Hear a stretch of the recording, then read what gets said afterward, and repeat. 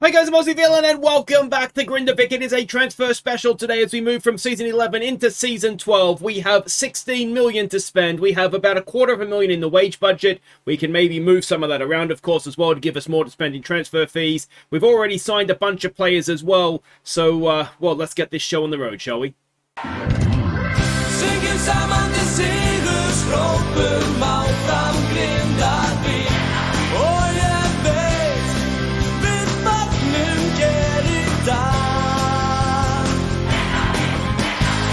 So as I said, we've already signed a number of players. Let's just quickly review what we know is already happening. Now, there's a bunch of Icelandic kids that are coming in. Now, this is just basically trying to give money to the rest of the league for players that might be sellable to a team sort of outside of Iceland where they get 50% then as well. So we'll just quickly go through these guys. We've sort of seen them all before. I think this guy we actually nicked on a free transfer. I thought he might actually be useful for us, and he was leaving anyway. He was wanted by teams outside of Iceland. We've got this guy coming in. We'll come back to Daphne because he's an actual signing. So yeah, that's sort of the basic plan for these guys, is try and train them on as fully trained professionals. You can see the transfer fees we've paid a little bit massive. This is another guy that was going to leave. Was going to go to Finland or Sweden or somewhere, so I took him so that at least he stays within Icelandic football, and we can always then loan him back out to FH or wherever it may be. He's an actual signing, and then we've got the last two here, Freya Sigurdsson, and we've got this guy from IA as well, who may or may not be a useful player down the line. So that's our bid to give the rest of the league some money. Let's have a look at with three actual signings that have been done that we know are coming in. The first here is a Bernd Daphne from Rapid Vienna, £11 million, and he is a left-footed defender. Now, he is partly coming in to replace Immonen, who I think is going to be leaving. I'm fairly sure he's going to be leaving. Already an Austrian international at the age of 20, and yeah, there's a little bit to like about him. Good jumping reach. Yeah, mentally, he's quite good. The weakness is potentially technically, particularly with marking, but I think we could work with that. And yes, I think there's a little bit to like about him. He's played 34 times for Rapid Vienna's first team. The next man we've brought in is Vilko Milosevic. We've signed him from whatever that team is called. £3 million we've signed him for. Now, he is a right-sided winger. I think he's very, very good indeed. He could also play as a striker. Now, this gives us sort of three good right-sided wingers, but my plan is that we could maybe look to use Beyonce back on the left. If we were to use him as an inverted winger, possibly an inside forward, probably an inverted winger, and then maybe look to use someone like Bakali as a Mazzella drifting out because he's left-footed as well, and then Raul as an advanced playmaker in that sort of role now that his passing is a little bit more expansive than it was. So that's my rough plan right now, or we could sell Beyonce on and probably make a nice little profit on him, but or we don't have to sign Kosh as well, I suppose, but I think Kosh is quite good. So yeah, that's the plan. I think this guy's very good. He's played for that team 106 times, 33 goals, and I think he's absolute quality as a right winger. And the other signing we've made is Jan Kruzlinak here. We signed him from this team who we played in Champions League qualifying not that long ago. 650 grand, rising up to 875. He is a striker, and he is potentially, again, at 18, very, very good. Already a three-time Slovakian international. Good finish, great finishing, great first touch. Technically, physically, he's quite good. The issues, if you're looking for them, I mean, technically, maybe outside of finishing, there's not too much there. But yeah, mentally, for an 18-year-old, I think he's quite solid. He has 15 and 53 playing in the Slovakian top flight. So yeah, I think he's going to do quite well for us as well. And of course, at 18, he will become a club-trained player at some point. So that's what we have done. We're going to obviously look to spend as much money as we can. And hopefully, we'll end up with a team that can maybe, instead of going out in the Champions League phase next season, can go maybe not all the way, but certainly a round or two beyond that. All right, we have a departure. It is Tom Jones. Why, Delilah? He was gone. His head was gone. He was missing training, going AWOL. I just had kind of lost interest in him, to be honest. So he's gone to Porto. I'm okay with that. We didn't get much of a fee. We did get a 50% sell on. Now, if there's any chance of him becoming anything, Porto's not a bad place for him. And 50% of us, any sell on that Porto get, I think we can say is going to be decent business for us. So yeah, that is done. We'll look to find another. We pretty much are good for right backs. We're using more as a left back anyway. And you look at him, positioning was poor. yeah, he probably stuck around maybe a little bit longer than he even should have. But we signed him on a free, and anything we get from here is just going to be a nice little bonus. All right, we've had another departure. It is imminent. 1 million off to Elche. I couldn't get a sell-on fee for him. I decided just to get the money up front. I just feel like he was a little bit disappointing. I think he was our vice captain or maybe even our captain, but we saw time and time again in Europe that he just had a mistake in him, and we can't afford that. We need to be rock solid defensively, and we don't need him to play in the league because we have any defender we have to play in the league and get the job done there. So £1 million, did we undersell for him? Possibly, but we only paid, we got him for free. So we've made £1 million profit on someone who's been a fairly decent player for us. So yeah, farewell imminent. All right, another departure. This time it's João Vertez. We've made a little bit of a loss. We triggered a 600 release fee to get him, so we've not quite got that back. He goes off to Fenerbahce. Just doesn't quite fit in with us, and yeah, so we've sold him on and made a loss. But ultimately, yeah, I'm okay with that. I think it was a risk, and it didn't come off. All right, it is February 22nd, which of course means transfer window is open. We have 12 players that have arrived, no fewer than 12. Now, of course, most of these are for, getting money out into the rest of the league. But there is one player here that is new that we haven't seen yet, and that is this guy here, Wendell Sima, an 18-year-old striker. We have paid $500,000 for him on a $7.5 a week contract. Now, we beat off clubs like Inter Milan who are interested in him. He is potentially very, very good. Good teamwork, which means he's going to sort of involve other players when he's up front, not just sort of be a bit of a goal hog. Good finisher, good anticipation, decent composure as well, decent off the ball movement.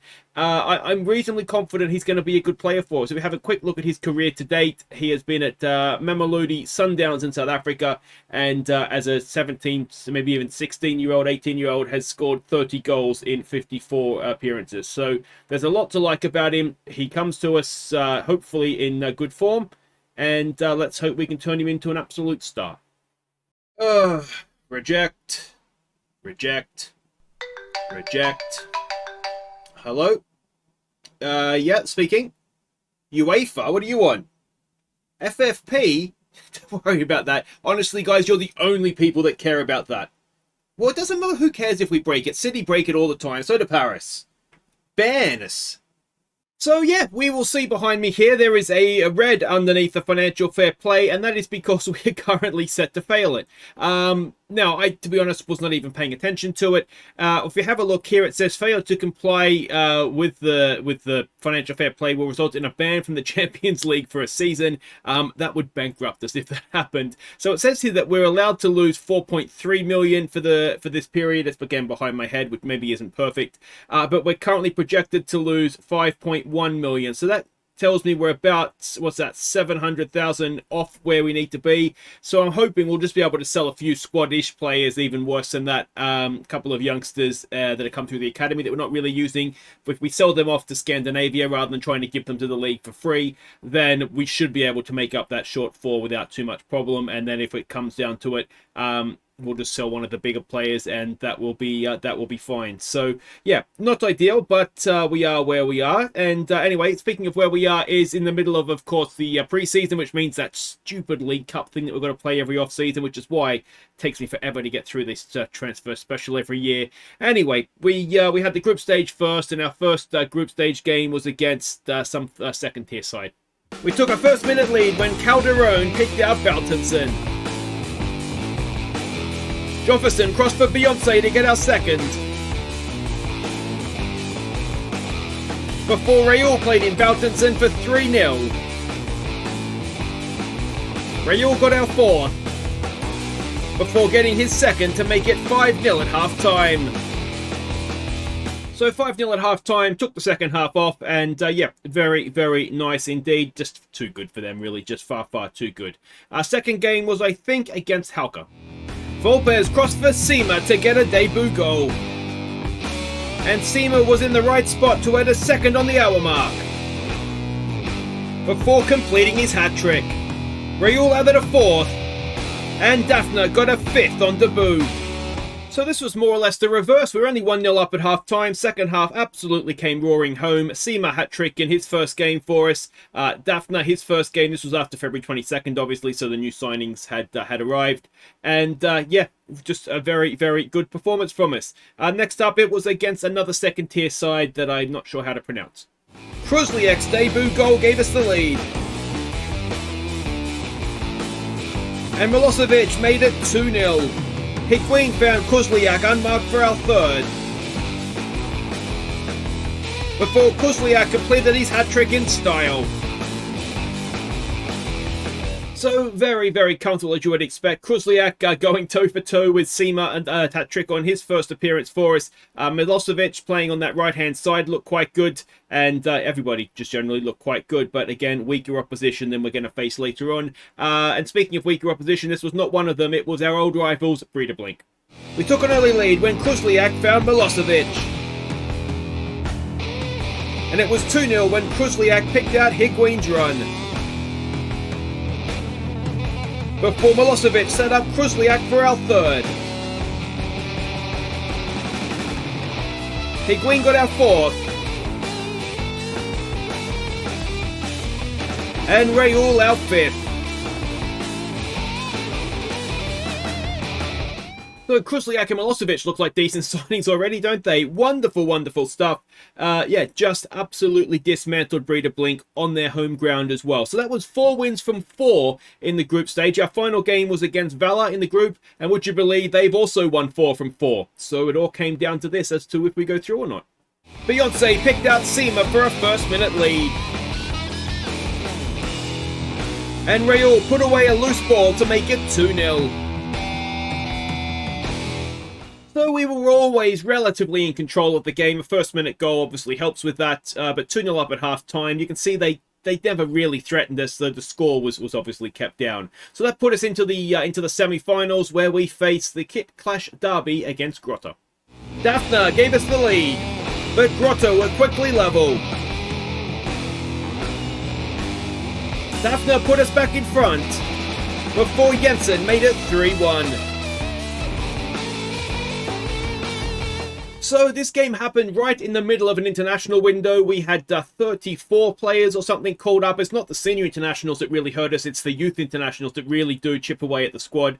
But we were always in control of the game. We were too good for them. And yeah, it was good to see 2 penalties from Daphne, of course. Now the last goal there was from Freya Jensen. He is someone that we brought in under our help the league system, and I mean that's probably why we're going to fail financial fair play, is all the money we've been gifting out to the league. But yeah, he's a solid enough player and a lot of potential there as well, to be fair. So yeah, nice to see one of those guys coming in and getting a goal. So that gave us the final against HK.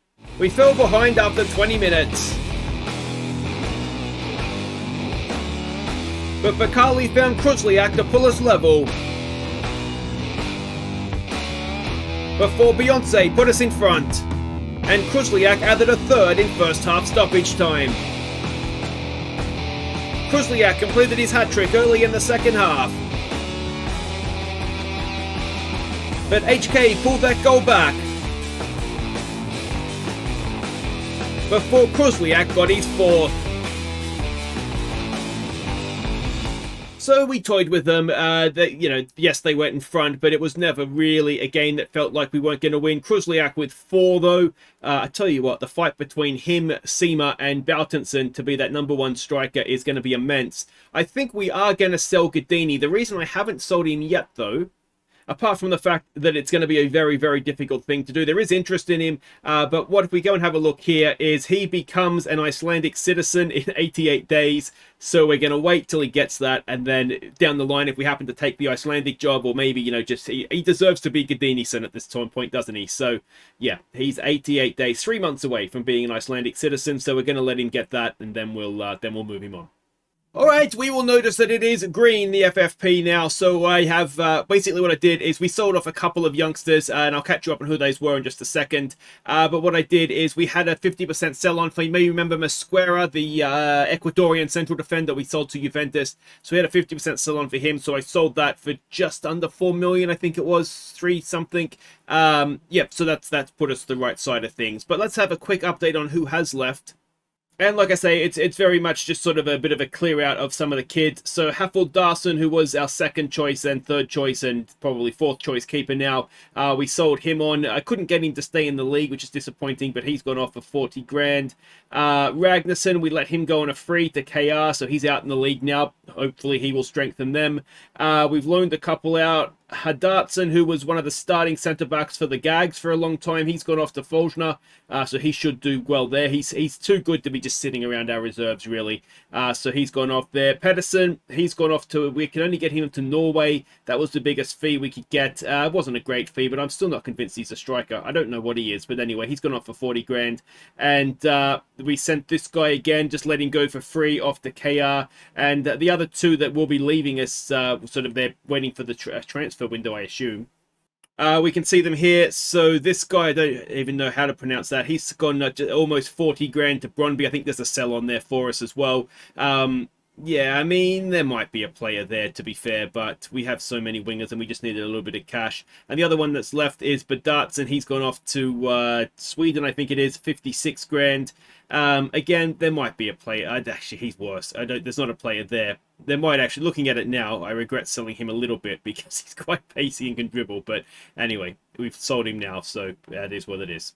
Now, the other thing we have to catch you up on, of course, is the Charity Shield, the Icelandic equivalent of that. So we were facing Viking up. Let's see how it went.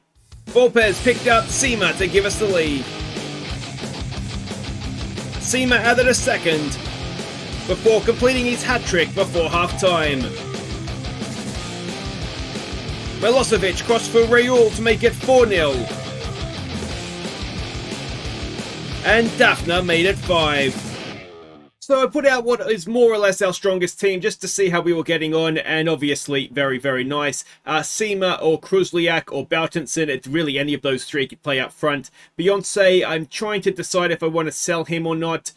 We sort of have an option. Milosevic, I think, is looking really good, and we got him on the cheap as well. So he's staying. Then we've got a decision to make between Beyonce, if Higuain goes back to Man City, which he probably will. Do we want to use him as an inverted winger on the left-hand side here? He can do that. That's his natural position when we signed him. And of course, we have the option to sign Kemp for 10.5 million. I'm just a little bit nervous to do that while we've got this FFP thing heading over ahead a little bit. I don't want to spend any more money, if I'm honest, but yeah, we can do that at any point during the loan, so it doesn't have to be done now anyway. But there we go. We've won the Charity Shield for, I think it's an 8th time in a row or something. So this is really, really promising. Now, the top player odds came up, and I put this on the Discord if you're not on there, just so you can see who are the top players. It's always us. But I saw this player here for Breeder Blink, wondered who he was, and he is on loan from Newcastle, a promising centre-back, a very decent player indeed. 18 years old, and the fact that they've been able to get him, I don't know if they're paying over a grand of his wages. I mean, we've given them enough money. They probably should be able to afford it. But the fact that they've been able to attract a player of that quality is really, really promising, I think, for the rest of the league. So I did check when the league teched over. The season sort of went from one to the others, which shows you the leaderboard. And actually, no, it wasn't. It was when all the transfers went through. We get all those, so they all had their money from that we had given them, and that no one was professional. Now, whether that they will wait a little bit before they do that, but this is a good sign, I think. Now, I don't know if they're in Europe. I can't remember if Breeder Blink's in Europe. I don't think they are. It's too early to tell, I think, because the current seasons are still going. So, yeah. But even if they're not, where'd they come last year? 7th. So, no, they're not in Europe. So, that's a bit of a shame, actually, if they've got a player of that level. But anyway, the fact that he's there is a good thing. All right, now the transfer deadline has passed before the season starts, so that's first. Usually that's not the case, but we have done a little bit of business to catch you up on now. Unfortunately, Jose Antonio will be leaving us at the end of his contract, which is the end of this current season, so the 4th of whatever that is, June. What's the first month of the year? January. So, end of an era. He's been a very, very good player, but I think we had just about moved past him. I think. I'm not 100% sure, but it was one of those things, unfortunately, where we had made him a promise and his contract was up. The promise was like 2 weeks away from being kept, so we could have re-signed him and then tried to sell him anyway. So we lose him for nothing. We would have been lucky to get $1 million, which I would have taken, obviously. But he's going off to Osasuna to be on 21 grand a week. But we had already replaced him, essentially, and that was with this guy, Fabian Conde. Now, we have signed him from Nacional in Uruguay. He is a 21-year-old. We triggered a 3.4 million release fee. You can see the fans, not massively, not massively happy to have him here. But we had to beat out some really big teams to get him. I think there was Premier League teams and maybe Inter Milan as well. So we offered him higher wages than he was asking for to make sure that he came to us. So he has, which is excellent. Let's have a quick look at what we signed here. And he is a midfielder that is very, very well-rounded. He can tackle, he can pass. He's got flair and creativity and good decision-making. He's just one of these guys, anticipation, fairly solid physically. He's just a very, very good, solid central midfielder. And I think that's exactly what we want and need, to be honest. So the anticipation is going to be really good, I think, along with decision making. If he does sit in here, which I think he will do in Europe, he'll be able to shield the back four, hopefully, quite well. So let's have a look at his career today. As I said, he's only ever played for Nacional, 21-year-old Uruguayan with 1 cap, and he's done well. He's done well in the Uruguayan league. I imagine it would be a similar standard across the board to what we're playing in. So yeah, that is probably a little bit better over across the board than the Icelandic league, actually, isn't it? But I think it's probably a step down from out to get to Nacional from where we are. But anyway, so that has happened, and the other transfer that we've done is we have loaned in another left back. Now, Calderon's loan is coming up at the end of July, end of June, beginning of July. So we don't have any other. We've got to get more left backs. We just don't have any. So we've gone and loaned this guy, Roberto Giannacini. We'll go with that from Inter Milan. Now, 8-month loan, but you'll notice we do have the option to buy for 7 million, which hopefully will prove to be a bargain for us. If we have a quick look at him, he's 22 years old, and again, he's fairly solid physically, fairly solid mentally, and a good solid defender that can cross the ball. So again, I'm very hopeful that he's going to do a good job for us. So he'll come in and sort of share the role with Calderon. He'll take over it once Calderon goes back. Everton want like 25 million for him, which is a little bit too much, I think, for us to pay for a left back.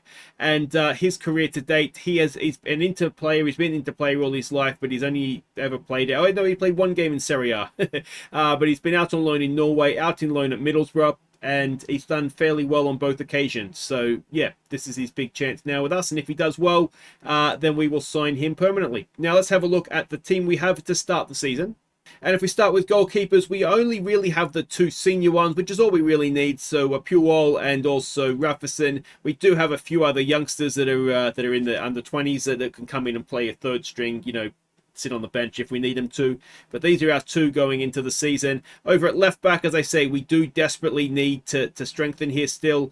So we just saw Gian, that guy. Calderon is, I'd like to keep him if we can get him back on loan. I don't know that it's going to be possible for us though, and like I say, that's too much money for us to pay for a left back, particularly with our FFP troubles. Mortensen is a left foot, so he could play over there if we needed to. If we go over to right back, we've just signed Volpez on big money to play this position for us. Other options, Juleson has always done a good job when he's played. Astadi, he was one of the guys I tried to move on, but just to help us with FFP, but he's still here, and he's not bad by any means. There's actually quite a good player in there. Ignore the star rating. There's a decent player there. Now, this is one of the guys that we signed on as part of the help the rest of the league thing. He's training on very, very nicely. 18 years old and is in the first team and could well overtake Juleson the way he's going there. And the other one is someone that came through our academy, one of the someone that's came through the intake and is training on a lot better than expected. So we've got a couple of decent younger player options there, which kind of helps me want to, if we sell Astadi, what did we say we're selling for? $500,000. So yeah, I'd selling for less than that, to be honest, but we'll see what happens there. Over at centre back, now we might be a little thin. Our first choice is going to be Degen and Daphna. That's the 2 that will be first choice right now. I would love to get Vinci back. He's a wonder kid. He's very good. His loan expires in start of July, so I'm not sure exactly if that's going to be possible. We have an option to buy for 78 million. Obviously, we're not going to trigger that. Ornison is the academy player here. He's doing very well for us. Nuneson, yeah, another one that is training on okay. If we could get 5 million for him, I think if I promised I'd sell him for 5 million, no. But if we get 5 million for him, I will sell him, that is for sure. Mortensen, of course, is still around. He is one of the club-trained players. This guy's contract's up into the year. He'll probably just end up leaving us. And then this is another one of the players that came through with the help Icelandic football give them money. And he's not training on well, but there's a little bit of potential there, which is certainly to like. And then the rest are very much backups there. Defensive midfielders, I think there's sort of, well, Jonsson's the main one. Obviously, Conde is the backup to him. Actually, no, they're probably neck and neck. Gisarasen is an option here, and then the rest I'll sort of show you. And Antonio's kind of dead to us now, but he's obviously still around if we need him. Now, was it this one? Which one did I sort into our player? I think it was this one. Yeah, so our main options here, obviously Jonsson can move forward. Bakali is just an attacking god. Raul, I expect bigger things because we got rid of his trait over here to play short, simple passes. We're now trying to train him to play expansive passes, and with his passing and vision, that should really open him up, for lack of a better term. Antonio, as I say, is kind of dead to us now. Conde is still here. Arneson is one of our young academy players, so we want to try and give him as much game time as possible. So if we look at sort of the main four, let's get Antonio out of there because he is kind of dead to us. So if we look at of the sort of three midfield slots, our main guys, Jonsson, Bakali, Raul, and Conde.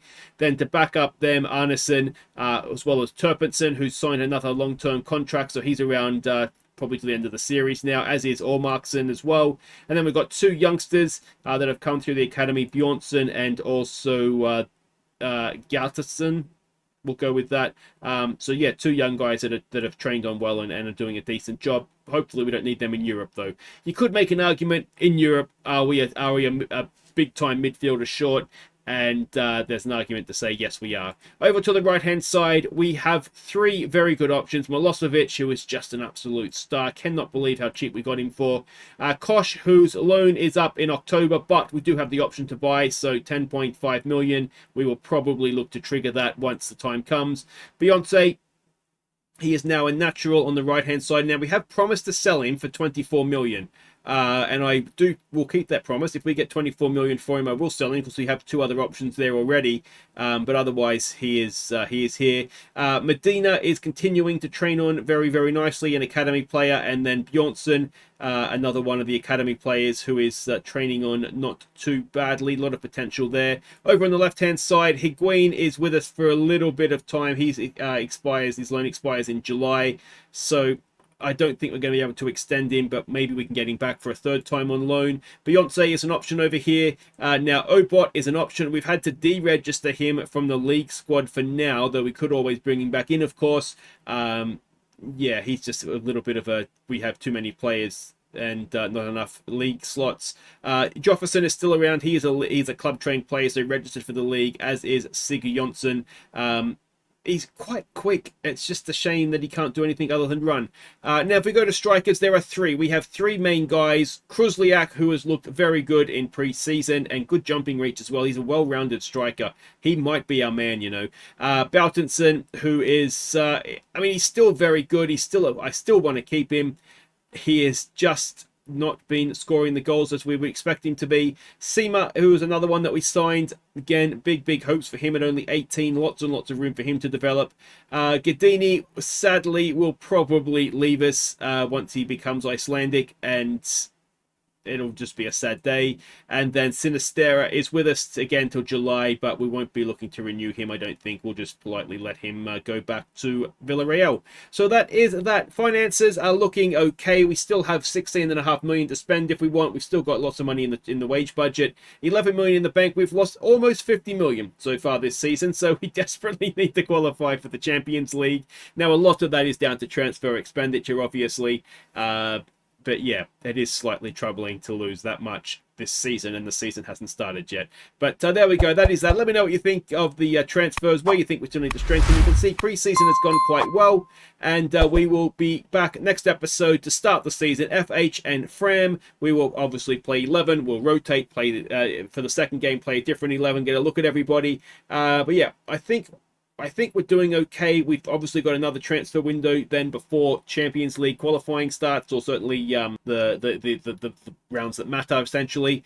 So we can look to maybe get some free transfers in, or do some loans. We'll wait and see what happens on that front. One other thing I should probably tell you, it's a World Cup year 2034, and we've got 8 players that have been called up now. Sinistera is going to leave. Obot isn't registered anyway, but that does put a bit of a dent in the squad between June and mid-June and mid-July. So, yeah, hopefully we don't have to do any qualifying for the Champions League before then. But anyway, let's hope it doesn't hurt us too much. I'll see you next time, guys, as we get season 12 underway.